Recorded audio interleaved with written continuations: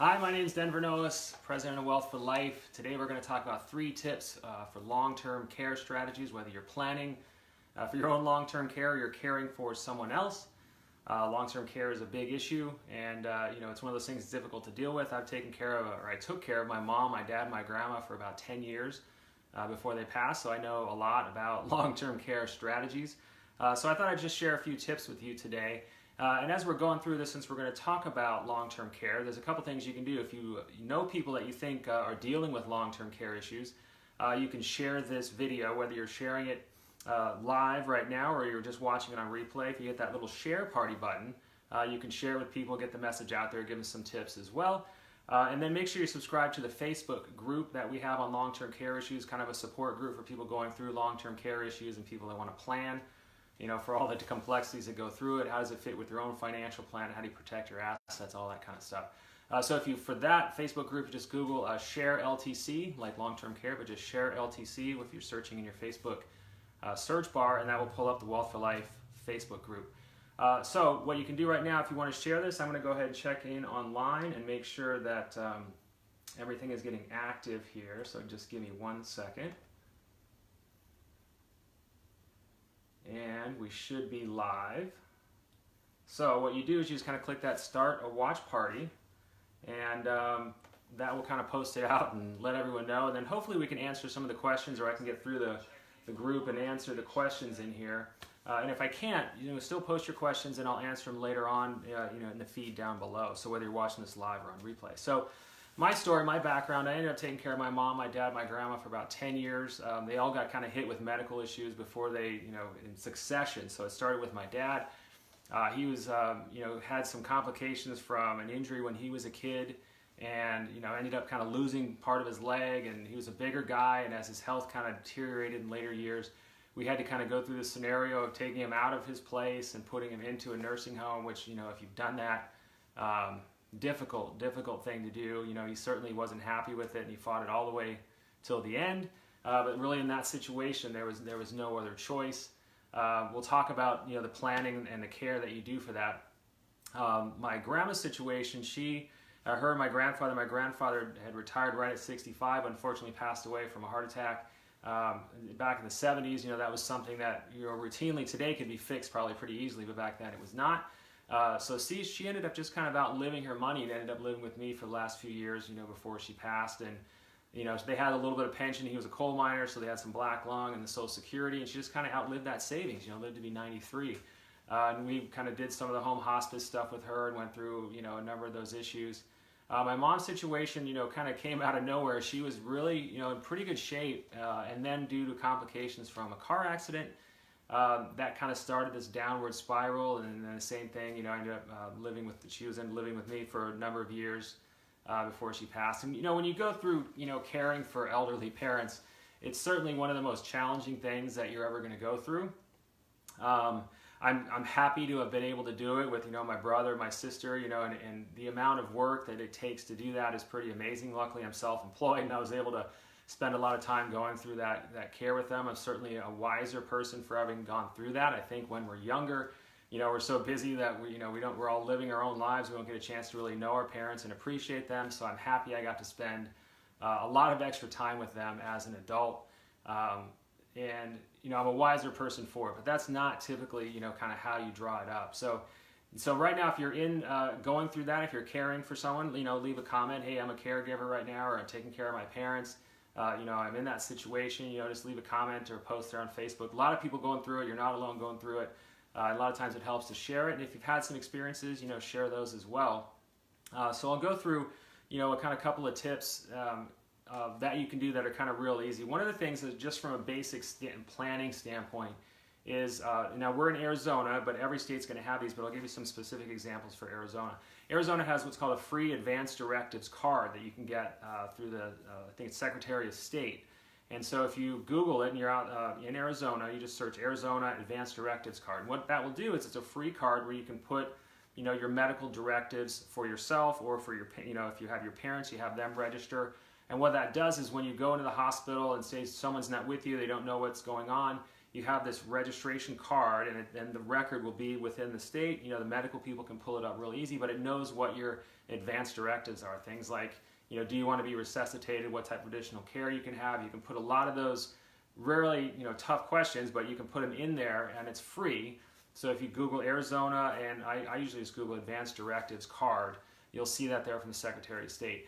Another one that's really good that is free through Arizona, and this is the, let me see if I can look on my notes, the Google term that you would use is life care planning. So if you search Arizona life care planning, you can actually get a free packet that will help you do medical power of attorneys and durable, you know, medical power of attorney is a really important thing to do because, you know, that way if someone goes in for care and it's your parent and you're taking care of them, but you don't have those directives on file and you're trying to talk to the nurses about what they need to do, you know, it can get, you know, a little sketchy, right? So plan for that by using those free forms. They actually really have a great kit at the Arizona does, and if you Google that life care planning, you'll see all the forms, medical power of attorney, there's durable power of attorneys, there's some other things you can get there to kind of just some basics of getting your medical, you know, planning in order. So if you are a senior and you're worried about what's going to happen to you in the next 10 or 15 years, that's an easy way to get free forms to do it, or even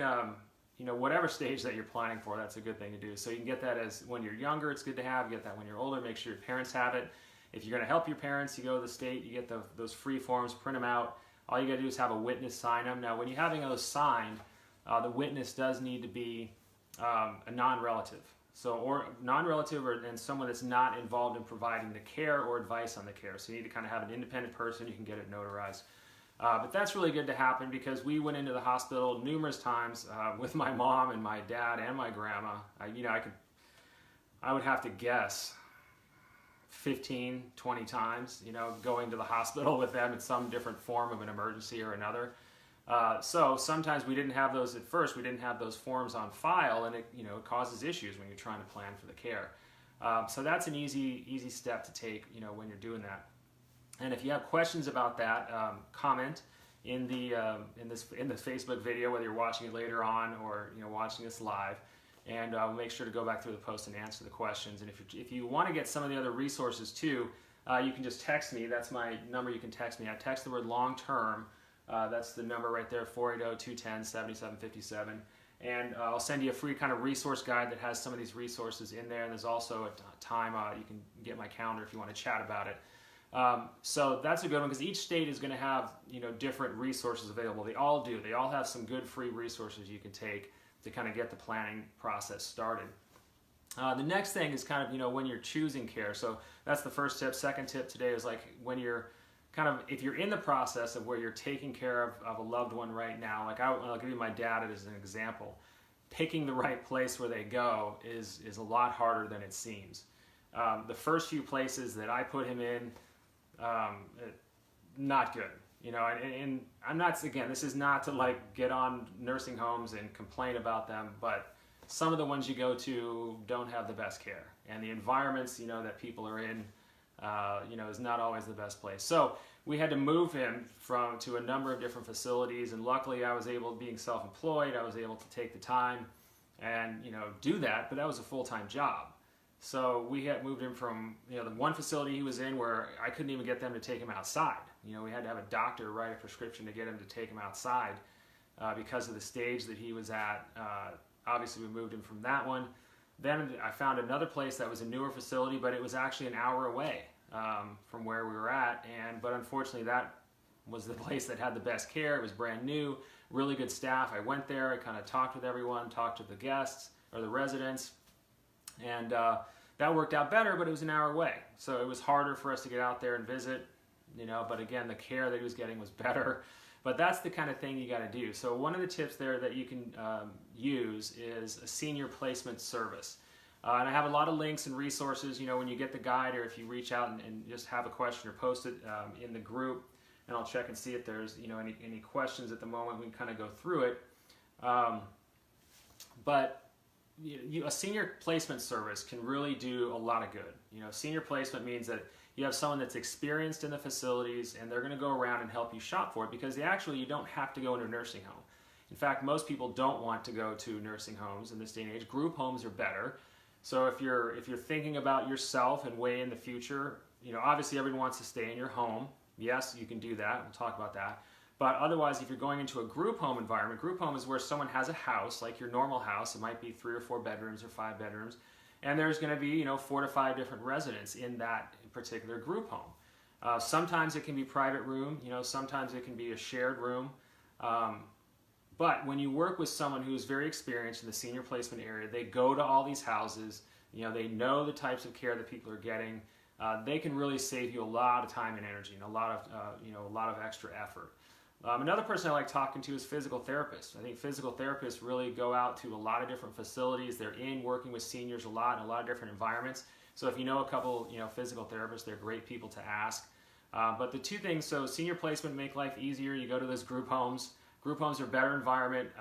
They feel more like a home. So obviously if people are getting in that point of escalated care, that can work better than the nursing home facilities. I think in this day and age, nursing home is kind of more the last resort. Now if you're talking memory care and Alzheimer's and other issues like that, you're probably going that route. Paying for those things is a separate issue. That's kind of the long-term care strategies, and how do you use those different types of things to pay for that. One of the things, I guess, in long-term care that is kind of a tip to know about long-term care insurance is that a lot of the older policies that people had specified nursing home on them. So they don't sometimes say things like group home or home care, which, back when a lot of these policies were sold, like maybe you bought them or your parents bought them, back in the day it was nursing home, right? But now it's changed, there's more options, better options. So you can take that policy and go back to the insurance company and see if they will approve group homes or even home care. They won't all the time, it's hard to say, but a lot of times when you're dealing with a senior care service, like I can recommend some good ones, or I'll put some links down in the group below. When you're doing some of the good ones, they actually can check your long-term care policy. They'll actually call the carriers, the insurance companies for you, and see if they can get those terms and stuff approved in there. In fact, I'll see if I can get the resources, and send those over to you.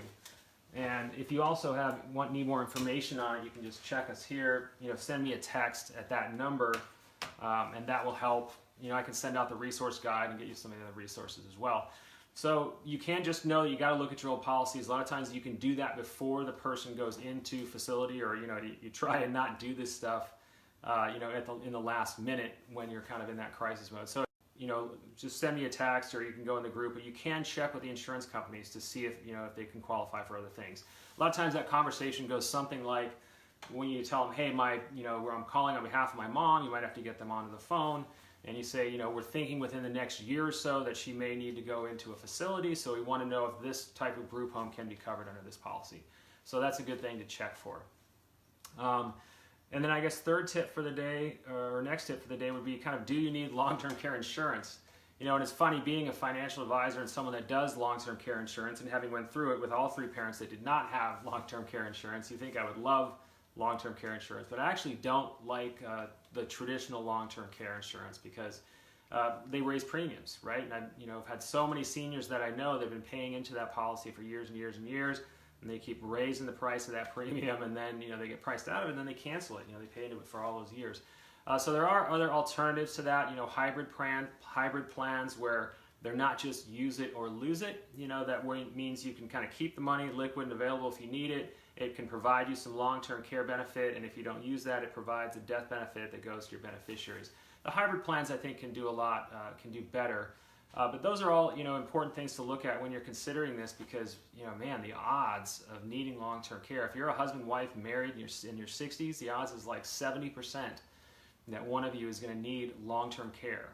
And you got to kind of put a plan in place to do it now, and or just planning with your family, not necessarily buying long-term care insurance, but just talking with your family so that you have kind of a plan organized on how to do it. It makes life so much easier. And not that any of that's ever going to be easy, but if you have a little plan together, it can make life a little bit easier and make the process smoother. So these are the tips for today. If you want to if you have some questions, post them in the group. Do share parties on this, help spread the word. Our Facebook group is Share LTC. So if you just search Share LTC in Facebook, You'll find the group. You can join that. It's kind of just a support system for people going through long-term care issues, because as I know, and you probably know if you're going through it, it's challenging. It's one of the hardest things you'll ever do in life, but it can also be, one of the most rewarding, because it's great to be there for your parents. And but if you're also planning for your own care and stuff, you don't want to have to go through that. You don't want to be a burden for others. So the Facebook group that we have, the Share LTC, is a great way to just kind of share experiences with others, be a support group for others, and find all the different resources that are out there that can make that process easier. And if you want to chat with me about it a little more, you can also text me. Just text long term at that number, 480-210-7757, and I'll send you a free resource guide that has a lot of great tips on long-term care. Then we'll be back next week. Make sure you sign up for notifications from Wealth for Life News, and there's probably a little button that flashed up under the Facebook Live, say turn on notifications when we go live, and do that. We'll keep talking about long-term care strategies. Thanks for listening today, and we'll talk to you soon.